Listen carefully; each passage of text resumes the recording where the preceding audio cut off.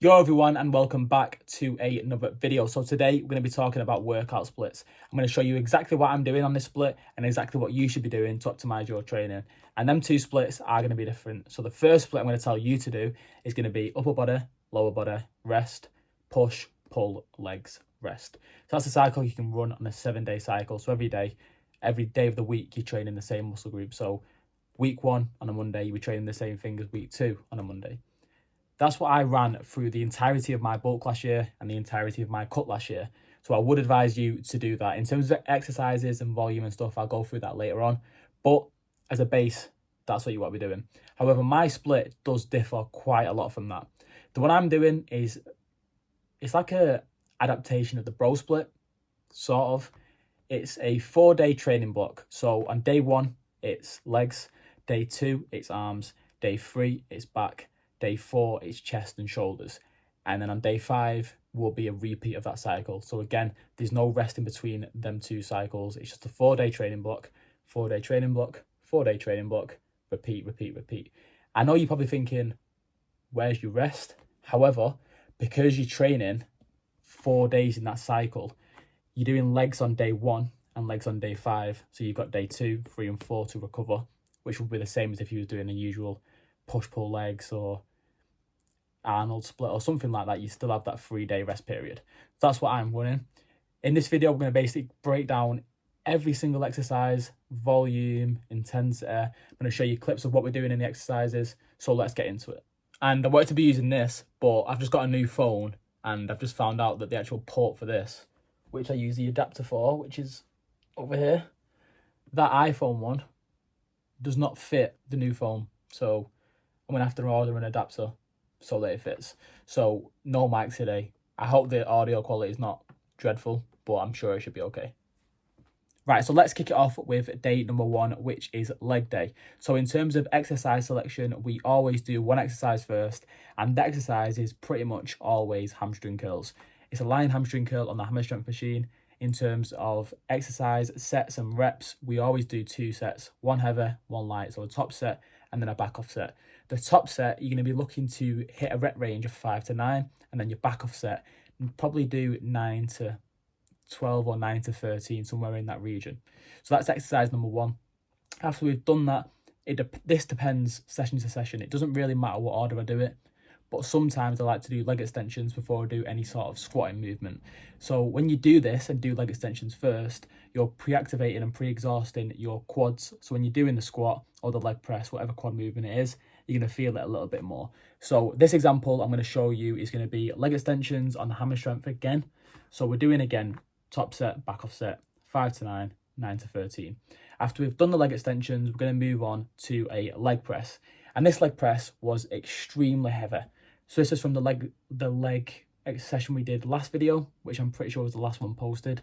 I think the name of the brand of the machine is called Nitron or Tyron, one of the two. Anyway, that was really heavy. We only did 4 plates aside, but it felt like it was about 8 plates aside. So that's the movement we're doing after leg extensions because the quads are already pre-exhausted. The bad thing about doing this is that when you come to do your squats, you've already done leg extensions and you've already done leg press. So your quads are going to be pretty burnt out at that point, which when it comes to strength, you might not be able to lift as much weight.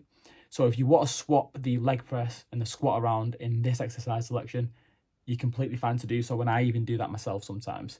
So that's the 3 exercises that we're doing first. After that, we're then going to do an RDL, which you see in there. This trains the hamstrings in a lengthened position, opposed to the lying hamstring curl, which is a shortened position. After you've done this, at this point, you're going to be pretty fucked, to be honest with you. I'm always dying after RDLs, and I want to go home after I've done them. But we've got 2 exercises left, which is going to be the squat, which you see in there, I think. However, last session we didn't record it, but I'm sure I'll find somewhere a clip of me doing it. And then after that, we're doing adductors. When it comes to adductors, I don't usually like to do them near the start of my workout, simply because when you do adductors, you're making your hips tight and you're making your knees prone to coming inwards when you squat, which you don't want to do. So I'll leave the adductors right to the end. I just noticed when I was editing this video that I forgot to mention about calf raises. We usually do these either second or third to last exercise. So yeah, don't forget to do calves and don't skip them. So yeah, that's leg day. You can throw a bit of abs in there, you can throw a bit of cardio in there, but I'm going to show you where I place my abs and where I place my cardio within this workout, within this split. So let's move on to day 2. Okay, and then moving on to day number 2, which is arms. And the reason we've put arms on a specific day is because they're a weak point for me. Any of my weak points I've put on set days, like back and arms. So that's what we're doing for that. In terms of movements, we're doing 4 movements, maybe 5, but I think it's 4. And the movements we're doing, we're starting off with an incline curl for the biceps in a lengthened position. After we've done an incline curl, we're going to move on to a JM press. And the JM press, in terms of movement and technique, is quite difficult to nail down and get it spot on. When you're coaching it, a lot of people do it like a skull crusher and just lead their elbow up and come towards the face and press back up. But that's not how you do it. It's really difficult to explain, but that's what we're doing for exercise number 2. For the second bicep and exercise number 3, we either do a hammer curl or a preacher curl. And this does depend on the week. So training block 1, we will do a hammer curl. Training block 2, we'll do a preacher. And then exercise number 4, after we've done that, is quite simpler, tricep push downs. It's pretty self-explanatory, but there's another video. I like to do this with a long rope so you can get full tricep extension. And even sometimes, you can see in the mirror, I don't know if you can see that, but you want to sort of bring your arm at an angle so it's out there rather than being nice and tight to your body, if that makes sense. So that's what we're doing for exercise number 4. And then for the 5th movement that we mentioned is going to be some sort of forearm movement. Obviously, with the hammer curls, you have engaged your forearms a little bit, but I like to do something isolating them. So you can either do a reverse grip curl or a cable sort of flexion movement. Anything of that nature you can do for the 5th movement. That's going to be for specifically your forearms. Okay, so let's move on to day number 3, which is back. And I've got a set day for back because it's one of my weak points, as mentioned with arms. It's got a set day, so I can specifically try and work on my areas of weakness. So when it comes to back, I like to spread it out away from legs. So I've got legs and then another day and then I've got back. The reason being is when I do RDLs, I always get lower back fatigue really bad. And I don't want that affecting my back training, which is why I leave a gap in between my leg day and my back day. But anyway, let's get into the back movements. So I always do 2 lat focus movements and then 2 upper back focus movements. So the first lat focus movement is going to be some sort of pull down, and then the second lat focus movement is going to be some sort of row. When it comes to upper back training, it's going to be the same. So you're going to do an upper back focus pull down and upper back focus row. Quite simple. 2 movements for pull, 2 movements for pull downs, 2 rows, 2 lat focused, 2 upper back focused. It's fairly simple. And something I've actually added in as well is traps. I never train traps. I haven't done for years. I've added them back in because I don't want them to be underdeveloped. I seen this exercise that I'm doing here on TikTok. I tried going too heavy on this. I did like 100 kg. Sorry, no, 80 kg. And when I had the lifting straps on, I couldn't hook it back into the Smith machine because I had the wraps on strapping myself in. So that wasn't very good. Anyway, we did traps and we also did rear delts. So that's a pretty simple back day. You've got like 6 movements in there. After that, my back was looking like this. So we're getting there in terms of back, but let's move on to the final day of the split. Okay, so day number 4, and this is obviously the best day. Chest day is the best day, let's be real. As that TikTok says. So when it comes to chest training, it's fairly simple. You're doing a press, you're doing a fly. What I do is I do 1 press for your mid pec and then 1 press for your upper pec. Fairly simple. For the upper pec, you can basically take your pick.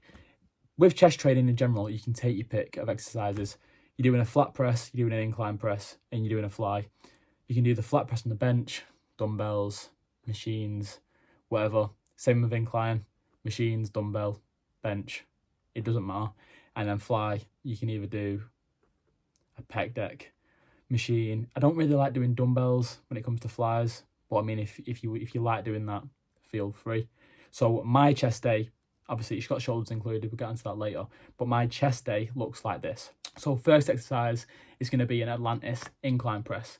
The reason we do the incline press first is because I want to develop my upper pec more than my mid, because my mid's fairly developed, but the upper pec, where you've got sort of that line that comes from your shoulder and makes it look like it's just a shelf and sticking out a bit more, you'll develop that. So I'm putting that first as a priority. Second, I do another press, which is going to be anything pretty much, but I normally do Nautilus, which is that machine. And then for the fly, we do either prime or hammer strength fly on the pec deck, one of them two. Something I actually did, funnily enough, was in my last chest session, I did barbell bench press for about 4 sets. And that's something that I never, ever do. So that was interesting. And then I also did, after that, I did incline Smith and then a fly. So it's basically just 2 presses and 1 fly. Fairly simple chest day. Obviously, we've got shoulders included in there as well. When it comes to shoulders, I normally just do 2 lateral raises. I do 1 on dumbbells and then 1 on the machine. Just anything like that. So I'll do that. And then I'll also do this afterwards. However, something I've added in as well is a shoulder press. I think I mentioned this like 2 videos ago, but I never do shoulder press. So it's just interesting to add this back in and see how we develop. And then in terms of abs, I'll train abs with arms. And then in terms of cardio, I'll do cardio. And every day I'm not doing jiu-jitsu. So I do jiu-jitsu on Tuesdays and Wednesdays. So on Thursdays, Fridays, Saturdays, Sundays, Mondays, I'll do cardio.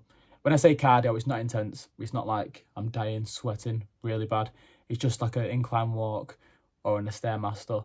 The reason being, I don't want to take the cardio too crazy because obviously we are in a bulk. I just want to keep that baseline level of fitness and the calories, obviously, keeping me fairly lean. In terms of my physique, obviously you've seen what my back looks like. I've not got a video right now. However, in my next video, I'll give you a physique update. So yeah, that's the workout split that I'm running. I know it's a bit bizarre and you might be watching this video thinking, what is that? But it's what we're running for the rest of the cut and the bulk. Sorry, not the rest of the cut. The rest of the bulk and then into the cut.